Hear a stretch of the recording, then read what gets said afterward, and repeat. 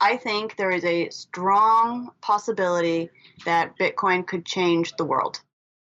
I don't think it's guaranteed, but I do think it's possible. And I'd much rather be a part of something that could have such a great impact. Hello, welcome to episode 61 of the Bitcoin Game. I'm Rob Mitchell. In less than 2 years in the space, Lee Quinn has become a mainstay in cryptocurrency journalism, as well as a highly elite user of GIFs on crypto Twitter. Learn more about this prolific writer's background, her thoughts on cryptocurrency, and even some basics about the business of journalism as I speak with cryptocurrency reporter Lee Quinn. Hey, hi Rob. Can you hear me okay? Yeah, you sound great. How about me? Perfect. You also sound great. How are you doing today? Wow, today's been a day. Already been a day. Do you want to tell me why? I'm working on a research project that is very challenging, and I very much hope that I'll be able to bring it to fruition. I think I will be. That's the goal. Oh, okay. I know there's a Cuen testimony today, too. I didn't know if that was... Oh, no. Can we just say I am so glad to no longer be covering politics right now. I mean, Bitcoin has its own politics, but I'm very glad to focus on Bitcoin politics and not actual politics. It's really worse than Bitcoin, huh?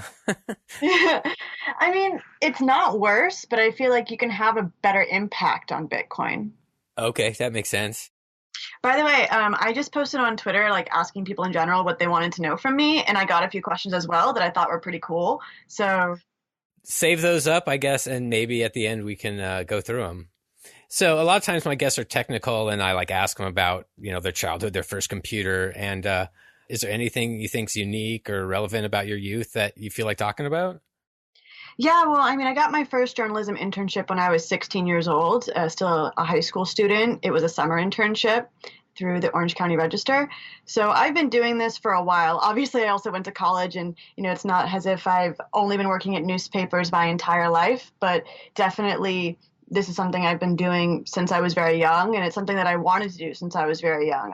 I've known I wanted to be a journalist since I understood what the concept of professions were. So I hope that always being a bookworm and always being involved in some way with different publications, whether that was a school paper, whether that was internships, kind of led up to the career I have now. So you lived in Orange County? Yeah. Are you from Orange County? I'm a California girl, born and raised. Oh, wow. Had no idea. Are you in New York right now? I am in New York now. Okay. And your Skype thing said you're in Israel. I lived in Israel for 5 years. So Orange County, New York, Israel, anywhere else? San Francisco. I also lived in San Francisco for several years. Gotcha. Okay. What do you think it was that got you interested in journalism? When I was really, really young, I told my mom I wanted to be a poet, and she said poets don't make any money. So I asked her, what could I do that people will pay me to write things down and to learn?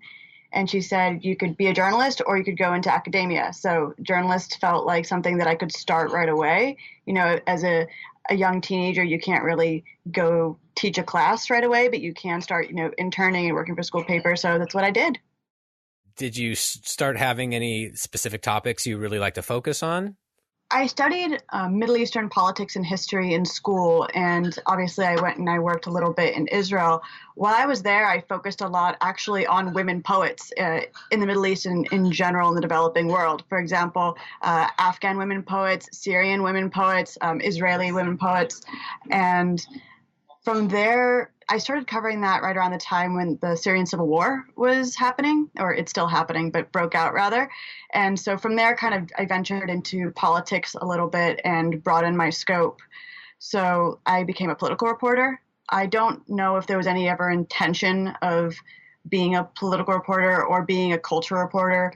It was just more that I like to learn things and share with other people information they didn't have before. And one thing kind of led to another in that sense. Wow. So now I'm really curious. Do you have a nice way of explaining what you feel the truth is in the situation in Syria?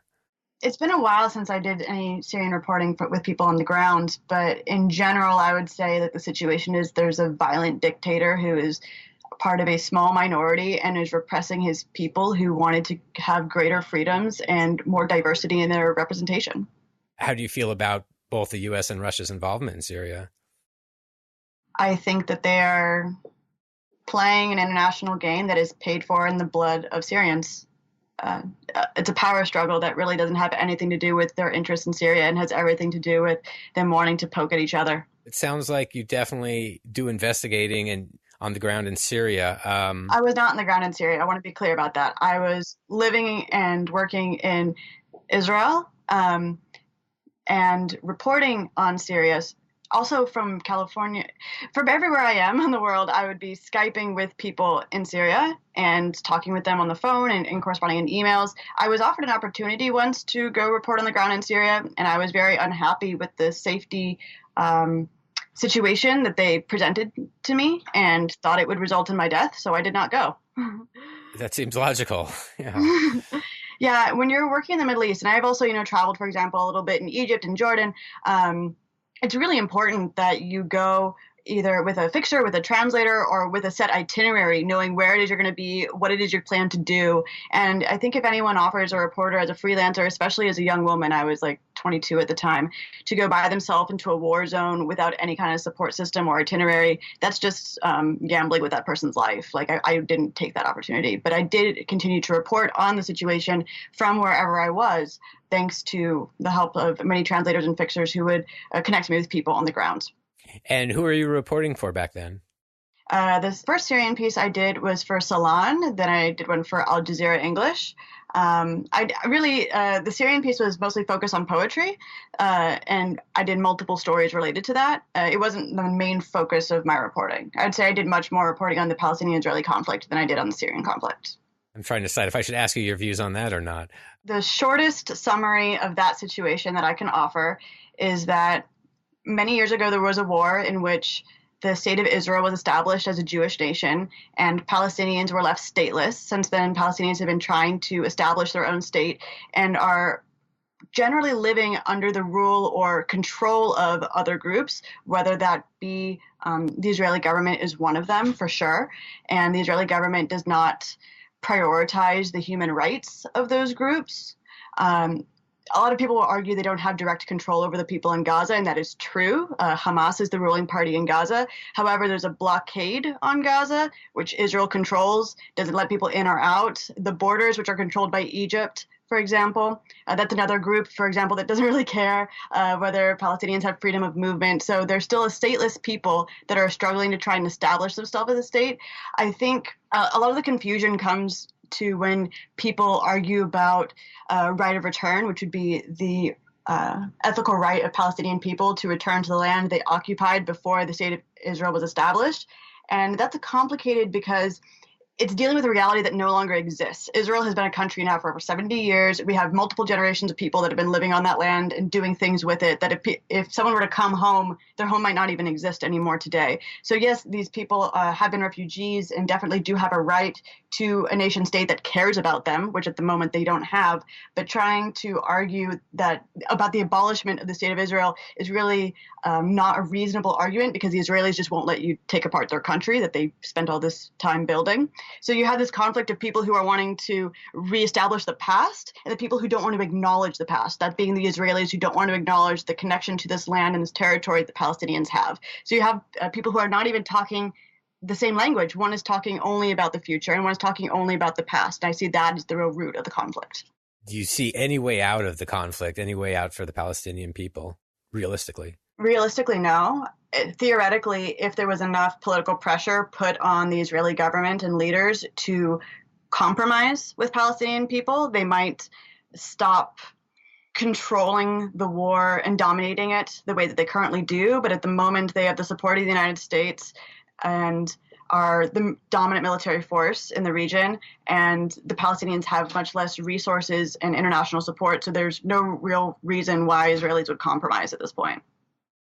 Okay, so sorry, but here, I'm going to connect this to Bitcoin because I actually think it's really relevant. I actually first learned about Bitcoin in Israel. I was doing totally unrelated research related to darknet markets at the time.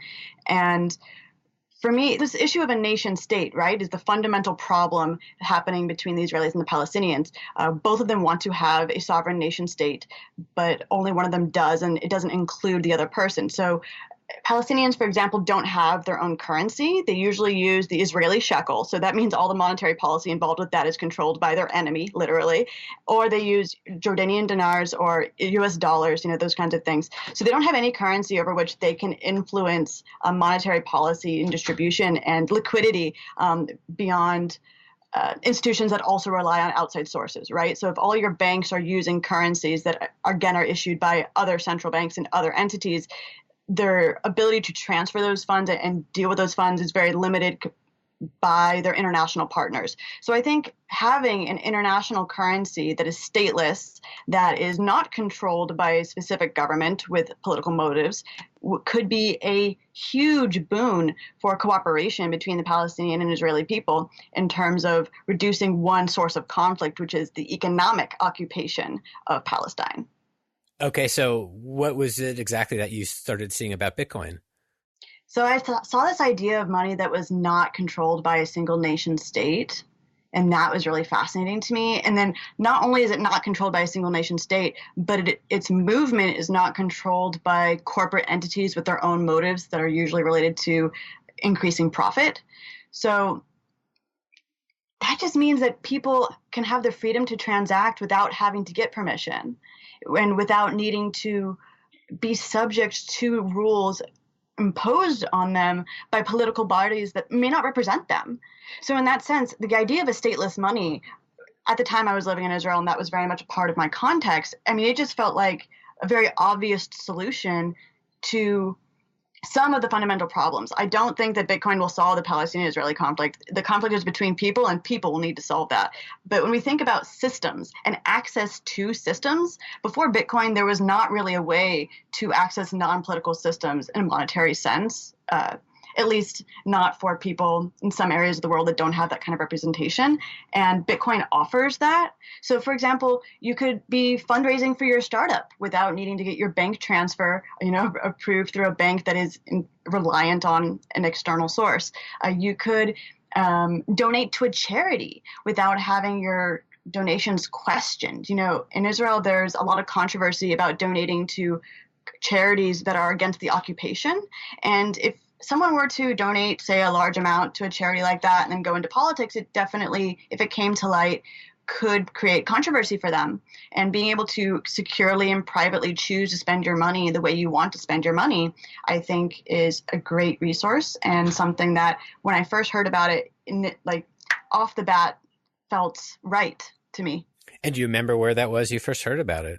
I was at work reporting on darknet markets. I was specifically researching something related to sex workers in darknet markets, and then also on drug trafficking in darknet markets. And a darknet expert who was working with me at the time as a data analyst showed me what this thing is and how it is I should mention it in my article. And really, it was very basic level, like, okay, this is a kind of currency people are using on the internet and the markets that you're reporting on. And I went home right away and started scribbling in my journal, like, what if we weren't enslaved to capitalism? and that idea was really inspiring for me.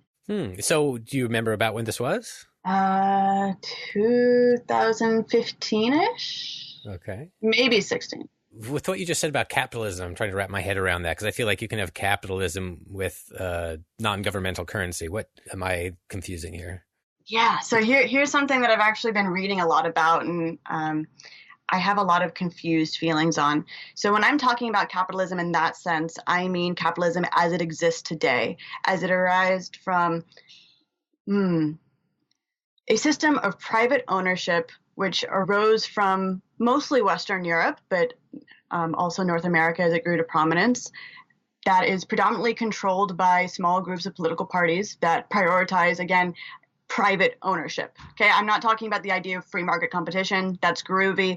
But I think when we talk about capitalism, we need to recognize that what we live in today, the system, didn't just come out of thin air. It came from a social structure in which small groups of men owned everything and were able to benefit from labor in ways that people who did not have that ownership right could not.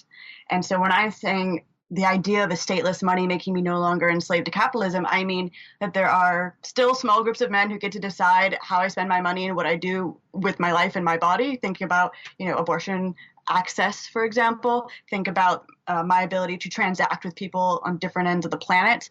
And I like the idea that I could spend my money and conduct business with anyone without needing to get permission from the small group of men that don't have my best interest at heart.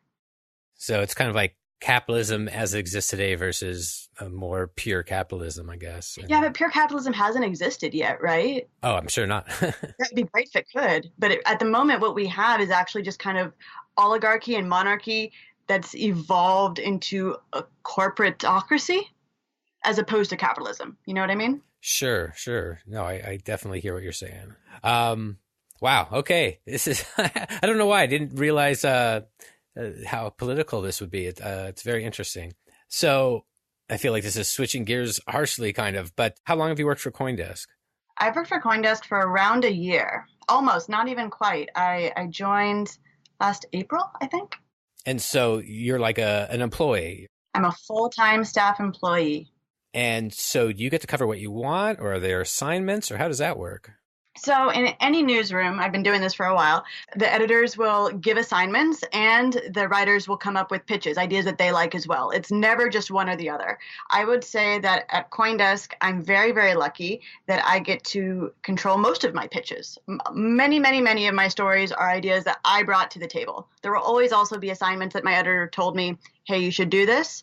At CoinDesk, I'd say it's a very favorable mix that I choose many of my assignments, more than I've chosen at most other publications, although not all. Does it vary how long it takes to kind of research and write an article, or how does that work usually? Oh, goodness. Really, it's so difficult in this space. There will be times that I'll have a very quick assignment. My editor will say, oh, this company raised this amount of money, or this company has this partnership. You have an hour. 2 hours, tops.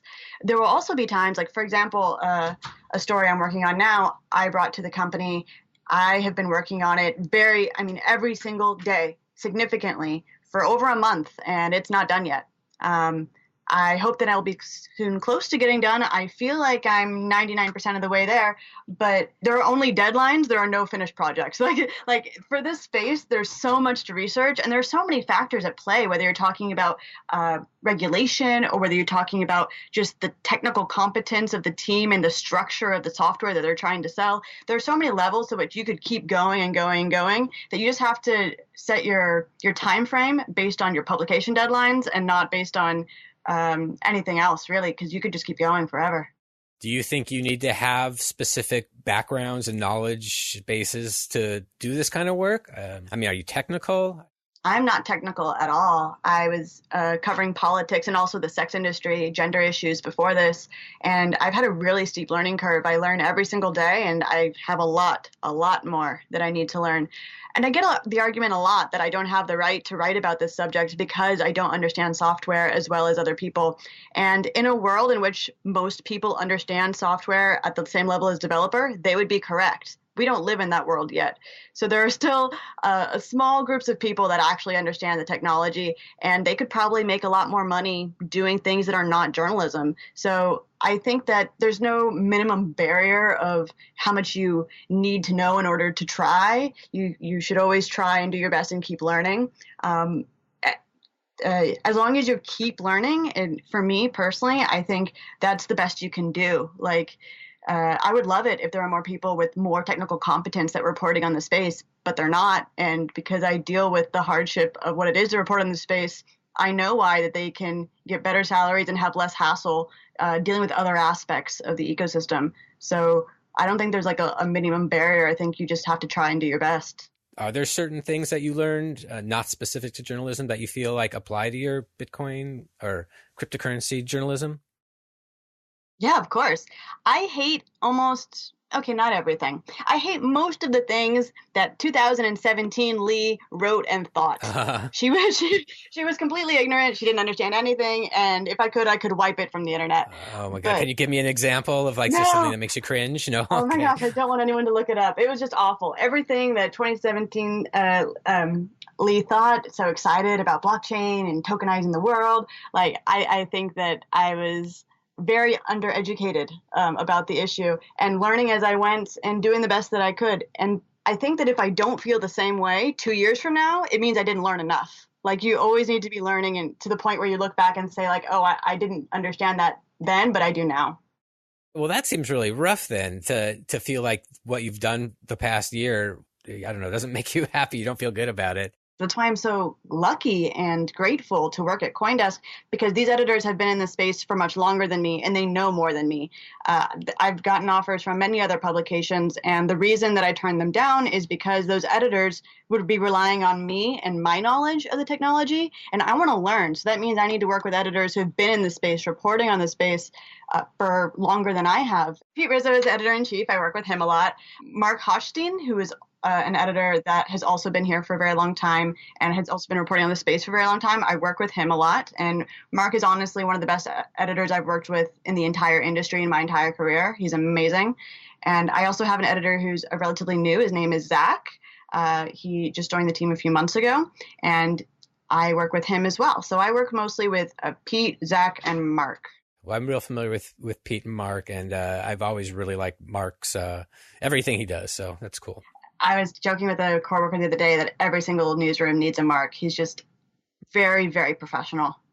Where are you now with blockchain versus Bitcoin versus altcoins? Or I mean, I don't want to comment on Bitcoin versus alternative cryptocurrencies. I feel like that could only lead to people judging me and my work in a way that would be unfair, because I don't really care about these technologies in the personal sense. I try and avoid large investments or any kind of participation or association with any project that would give me any kind of bias. I'm really trying to come from a perspective of wanting to learn and understand without any bias or preference whatsoever. I will say that I used to think Bitcoin was a smart investment for a wide range of people. I'm now more conservative in that view. I think that as an investment and not as a tool, Bitcoin only makes sense for people with the technical skills to custody the asset themselves and keep up to date with developments related to this asset. Right now, that's a pretty narrow swath of people, and I hope that the work I do can help point the crypto curious like myself towards ideas and resources to educate themselves so that they could become someone with the technical skills to custody the asset and keep up to date with technical developments related to it. I think that Bitcoin is an amazing tool, but I've become much more conservative in my thoughts about it as an investment for people without a technical background. I feel like you need to not only be able to understand what it is, but how to protect it, how to secure it, how to use it. And that means you need to have a level of technical competence that you can grow as the technology develops. That's a pretty narrow group of people at this point. And hopefully, if there's more educational resources, that group of people could widen. You know, that's a really interesting point that, I guess I don't hear expressed very often. Okay, so it makes sense to try to be pretty impartial and open-minded and not have bias. Do you ever feel like inside you start to have biases, but you must keep them from surfacing? So I'm really glad that I cut my teeth, as you say, in the Palestinian-Israeli conflict, because that's a situation in which everyone is accusing everyone else of bias, and everyone is right about it. By the time you've gotten to understand the language and the players, and you're on the ground, you have some skin in that game, whether it's just about your own personal safety or not. And so you need to try and learn the best you can to identify and remove your own biases throughout the reporting process. So I try and apply that same idea to crypto.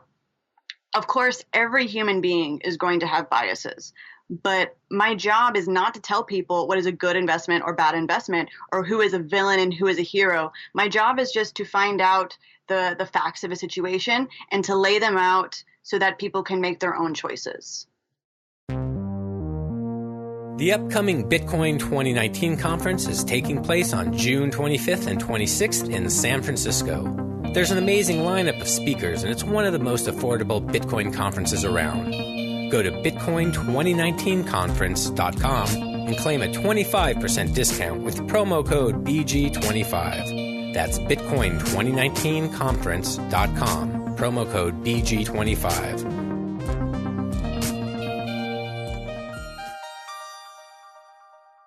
The Bitcoin game is also sponsored by btckeychain.com, probably the most well-known Bitcoin keychains in the world.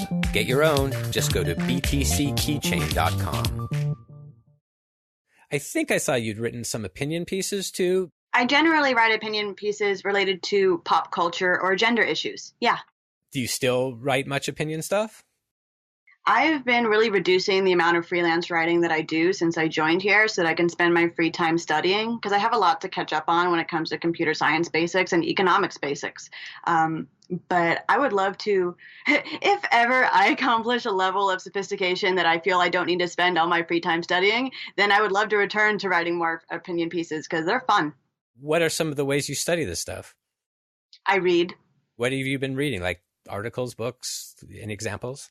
I recently finished the second time of the Bitcoin Standard by Seyfuddin Amos. And I feel like they should have a support group for socialists that read this book because I just have so many feelings about it. And the worst part about it is he's mostly right. Really, most of the things he says in there are very solid and supported by strong evidence and make me deeply question some of the things I think about government policy as it relates to economics and currency and power when it comes to commerce and stores of value. I think that these are all issues that I'm really interested in. And I used to think of capitalism as something that was inherently exploitive. And now I think about it as something that in its current state is very exploitive, but doesn't necessarily have to be. It's been really fascinating for me to think about the way that Bitcoin applies to free markets and freedom to transact across markets, and wonder if there are still ways to keep the people who already have power from simply transferring that power into the new system, and to really create an economic system in which people have equal access based on merit. Like, that's a question that fascinates me, and that's something that I think reading the Bitcoin Standard again, this time with maybe less trepidation about the snark against socialists, was really helpful in helping me think through. Do you consider yourself a socialist, or did you, or where are we with that? I don't, when people say socialist, they think Venezuela and they think China, and they don't think like universal health care. Obviously, when I was living in Israel, I'm a citizen of Israel as well, a dual citizen. I voted for a socialist party there. I very much enjoyed the subsidized healthcare and education system, which I think I could see in society had so many benefits compared to the American system that I grew up in. And I think that policies that help distribute cooperative and collective ownership can benefit the community as a whole. That doesn't mean that I think everyone's possessions should be seized and redistributed. So I think if I say the word socialist, people assume that I want to take something from them as opposed to giving myself an option to participate in something collective. I think it depends which circles you're speaking in, but around this space probably so. Yeah, but I work in this space, right? And if I'm trying to learn about economics, I'm trying to learn about how this idea of a digital asset applies to economics, and it becomes really relevant to think about ownership and rights to ownership. So I don't know if I would consider myself a socialist in the way that most people use that term, but I certainly would not consider myself a capitalist in the way that it exists today. Sure. Well, and I'll just tell you, I mean, I came with a very left-leaning, I guess, political slant, though also I've always questioned stuff too. But getting into this space was like, it makes you really like, oh, like I'd never really given much thought to libertarians. I just kind of wrote them off. And, you know, some of the first early things for me was like the first podcast really back when I got interested was Let's Talk Bitcoin and Stephanie Murphy talking about really being against funding of the war and all this stuff with our tax dollars. And I was like, oh, there actually are reasons people are libertarian that seem actually fairly just. And I just kind of totally written it off. Yeah, I agree with that. I feel like So when I was reporting on gender issues, I used to get harassed a lot by people who identified as libertarian, especially if I reported on something that related to women's representation in pop culture. And so I always kind of thought that that was the way that most people that associate that way identify or behave. And in the Bitcoin space, I've learned that really that's not at all. That's a small subsect of people. And I've been very pleasantly surprised to learn that I have many things in common with libertarians. And in some ways, my views may actually be libertarian. I just didn't know it. But I don't want to assign myself any specific label because then I feel like it limits me to the other nuances I can see in any argument. So I'd say that I agree with you that the crypto space has definitely opened my mind to libertarian ideas, and I'm enjoying learning from them. Have you had many difficulties in this space coming with maybe a different viewpoint than a lot of the space seems to have? I mean, people like to tease me, but actually the space has been extremely welcoming to me. I think when people talk about there being sexism or discrimination in crypto, that's because there is in the broader world. And so whenever you get a bunch of group of people together, one of them is going to misbehave in this way that is common. But when I compare it to politics or the sex industry and other beats that I've covered, actually, I would say that I face much less harassment in this beat and that people are more open to talking to me about my ideas, even if there are still some people who like to shout at me on Twitter. I would not say they're the majority.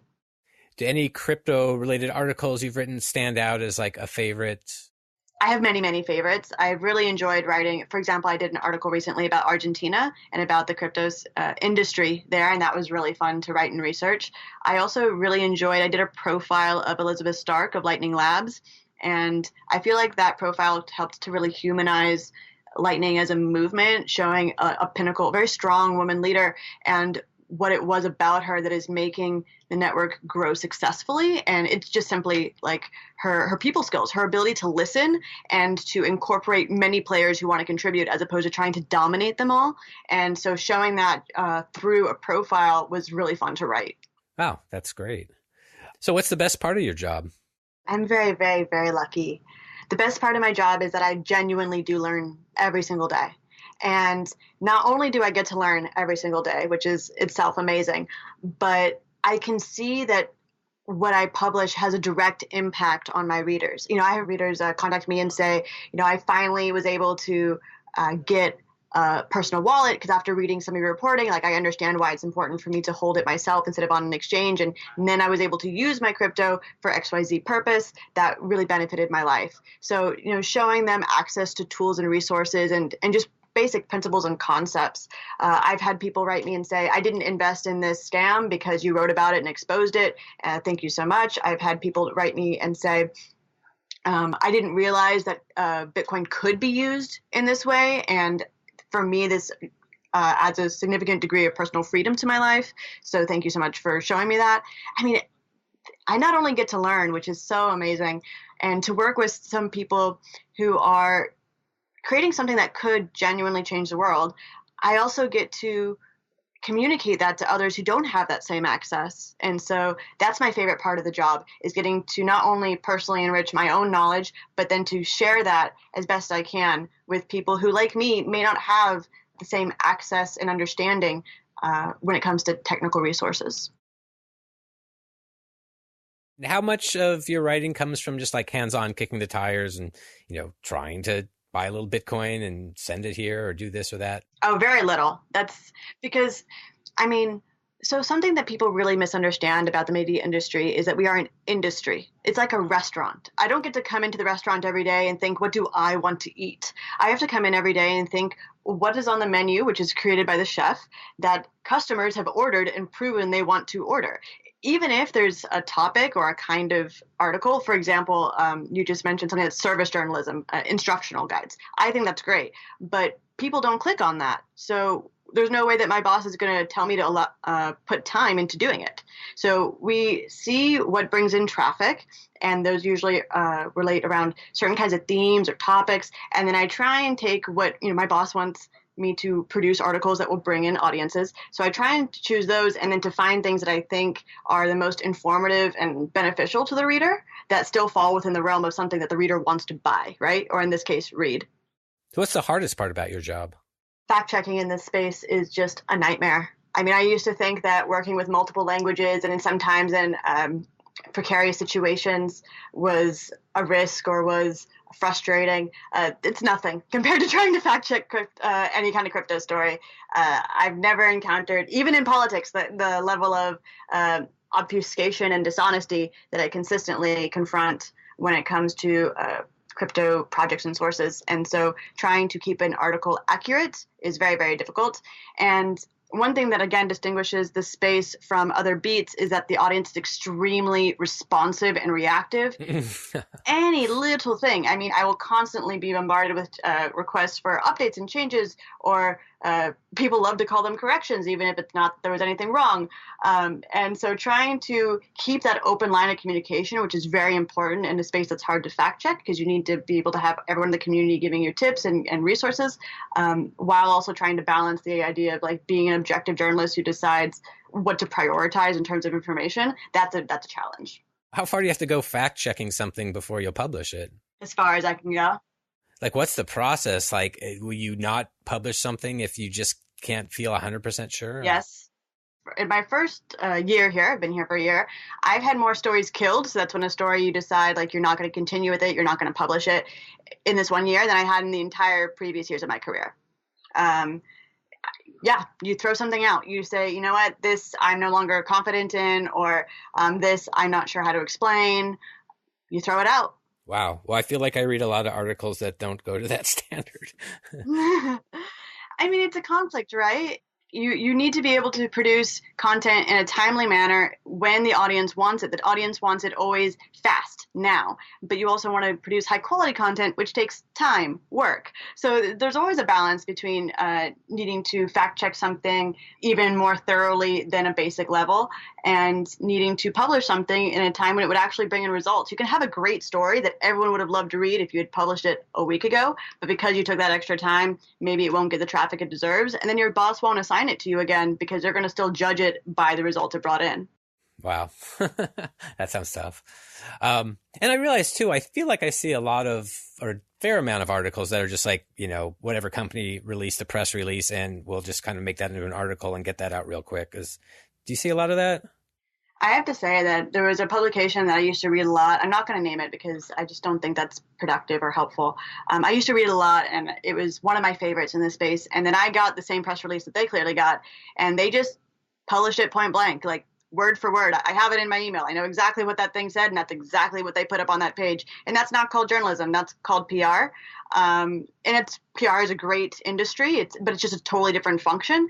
And I know that instance in particular is not unique to that one publication. There's a lot of publications that just basically run press releases. And just to try and illustrate, though, that this is not coming from any greed for the journalists. For example, I once interviewed for a major media company that I would list as one of the top 5 magazines in the country.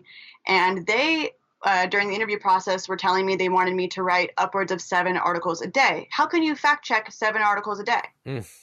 They were saying 7 to 10. That's just, you're not fact checking at that point. What you're doing is rephrasing press releases just so that, you know, it doesn't seem like blatant plagiarism.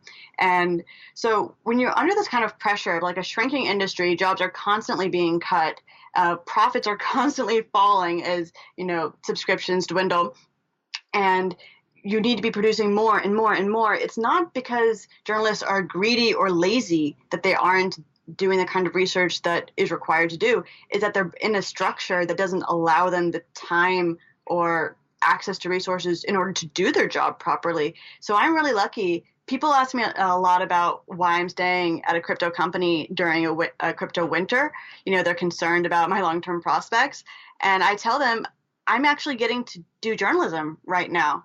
And I don't think that's necessarily the case at a lot of mainstream publications. I would be put under pressure to do things that I know would be poor quality because that would be what I'd be required to do to meet my KPIs. And so I'm really, really lucky that here I can spend a month, you know, researching a project, and my bosses let me do that. So the people who express concern over the crypto winter, I would guess maybe they're people who don't really expect crypto to come back, or? Yeah, I would say that most of my friends and family think I'm kind of kooky and that this whole field is a little bit weird and they're not sure if it's going to catch on. And, you know, I went from covering something that seemed to them to be, very important. Civil wars, elections. I covered the Trump election, or very salacious topics, the sex industry, to something that is very niche. And I understand why a lot of people, including former coworkers, might be concerned about the way that would translate to a long-term career. And I'm just really not concerned, because every single day I'm learning so much. I think that the worst thing that could possibly happen to everyone in this space, as long as you invest only as much as you can afford to lose, the worst thing that you can happen is you learned a lot and met interesting people around the world who were also learning at the same time. That's the worst thing that can happen. I mean, we're all gaining new skills here. And as long as we only do investments and take on projects that are accommodating our own skill level and can be honest with ourselves about that, then we're not risking anything, in my opinion. Do you assume crypto will come back, though? Is that your bias? I think there is a strong possibility that Bitcoin could change the world. I don't think it's guaranteed. Not at all. But I do think it's possible. And I'd much rather be a part of something that could have such a great impact than to sit on the sidelines and say that I just watched it happen. Do you ever have concerns that, just because everything is so complex, that somehow Bitcoin could have a negative effect on the world? Negative effect. Oh, definitely. But it won't be Bitcoin. So here's one point that I disagree with a little bit in the Bitcoin standard is it's described as an inherently peaceful technology. And I don't believe that any technology or tool is inherently peaceful. I think the way that people will use it, the way that people do things, and Bitcoin could end up replicating in a very scary way. And that actually applies to all blockchain technologies, the exact same system and power structures we already have. That is a definite possibility. That's why I think it's so important for people who care about how Bitcoin enables freedom to be involved with the space, because it will be used however the people who hold it and build it and maintain it want to use it. And that could be in a harmful way, or it could be in a positive way. So I really hope that there are many, many, many good actors in this space, despite all the bad actors. And I hope that we'll continue to see more of them, because I do think that Bitcoin, if it evolves in a way that is separate from its ethos, could have a negative effect, the way that any technology could have a negative effect. Yeah, I don't know. Some people seem so 100% sure of whatever their position is. Bitcoin maximalism or ETH maximalism or, whatever it is. It's hard for me to relate to so many people in this space who are just so confident they have the answers. And I think that the people that understand the space the most will be very honest with you in saying they don't have the answers. Matt Corello, who's one of the Bitcoin core developers, constantly reminds me and others as he gives talks that Bitcoin may fail as a long-term project, that he's hoping that they're building an infrastructure and a system that can survive generations. But that's still an open question. This is an experiment. And anyone who pretends otherwise clearly doesn't understand the way it works. So I saw just a couple of days ago that you got some interest in Ethereum. I mean, I used Ethereum as part of my research for an article, yes. I think the Ethereum community is one of the most fascinating social phenomena of our generation, regardless of prices or startups and their ICOs or whatever, not even what I'm referring to. I'm talking about the Ethereum community, the way that it operates, the way that it grows, the way that it evolves is one of the most dynamic and fascinating phenomena I've ever witnessed. And I'm really inspired by many of the people who contribute to that project. Wow, that sounds like a fun article I'd like to read. Do you want to say any more details about why you feel that way? I've been reporting on Ethereum and going to Ethereum conferences, meeting with people who are developing Ethereum for around 2 years, as long as I've been in the space. And I definitely feel a ethical and philosophical difference between different cryptocurrency projects. Definitely people overlap and there's a lot of things they have in common, but you can feel the difference. And I've always found that really fascinating. I think the Ethereum community is extremely welcoming. It's very fun. It's very vibrant. It's very socially driven, very people oriented. And I think all of those aspects make a great community. It does seem warmer from the little I know about the Ethereum community. How hard is it, do you think, to become a journalist in this space? Really hard. Would you have any tips for anyone who is interested in trying to follow in your footsteps? I mean, you have to remember that I came to the cryptocurrency space after working for years as a journalist, and that I was extremely lucky to, with no experience in this kind of technology, be assigned topics related to this beat. So there was a lot of luck that went into that. I don't know if someone would want to necessarily work like a dog for 10 years hoping that an opportunity would fall into their lap. On the other hand, I think that the basics of becoming a journalist and what it would require to get a job like that also apply to crypto. You need to build a portfolio. So, writing for different publications, whether it's freelance or contributing as a free op-ed contributor, for example. And you need to study so that you understand the topic that you're pitching on.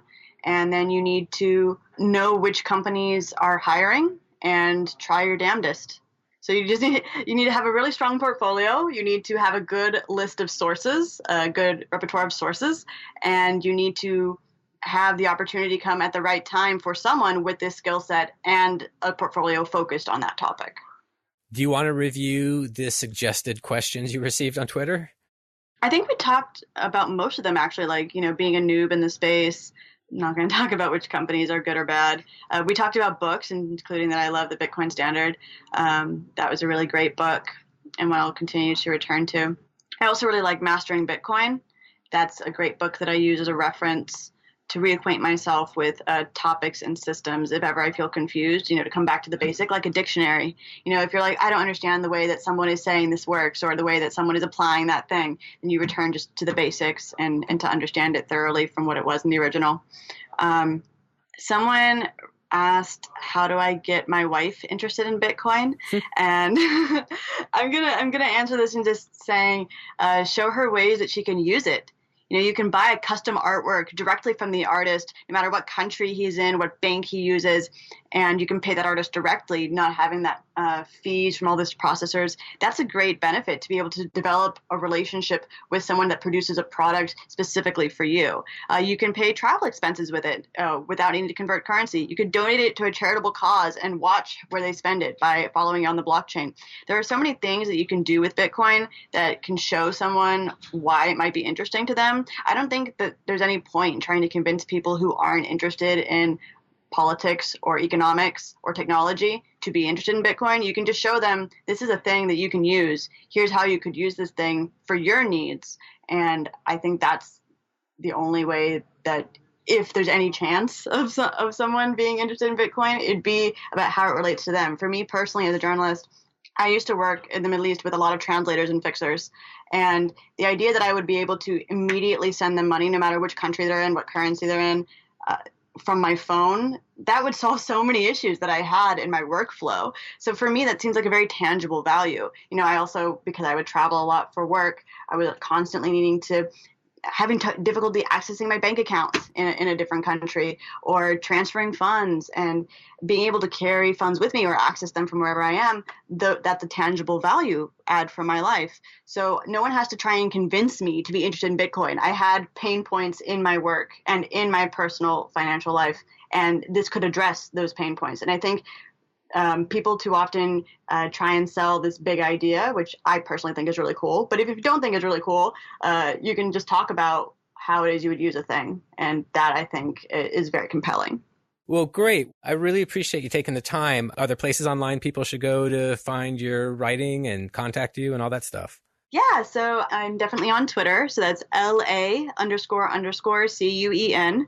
And also, you can just Google my name, LEIGHCUEN, plus the word CoinDesk, and my author page will come up. My author page is where like all the articles that I write. So you should definitely go to CoinDesk every day in their main page. That's awesome. But also, if you miss something that I wrote, you can always go to my author page and it'll just have the list of all the things that I personally write. And that's a way to follow my work. That sounds great. Thanks so much, Leigh. Thanks so much for having me. Bitcoin. Thanks for listening to episode 61 of the Bitcoin Game. I love the opportunity to speak with a wide range of people involved in Bitcoin, and it's rewarding to get to know real doers in the space like Lee Quinn. Check out the show notes page for tons of links related to our conversation at thebitcoingame.com. If you want to say hello, I'm the BTC Game on Twitter. See you next time.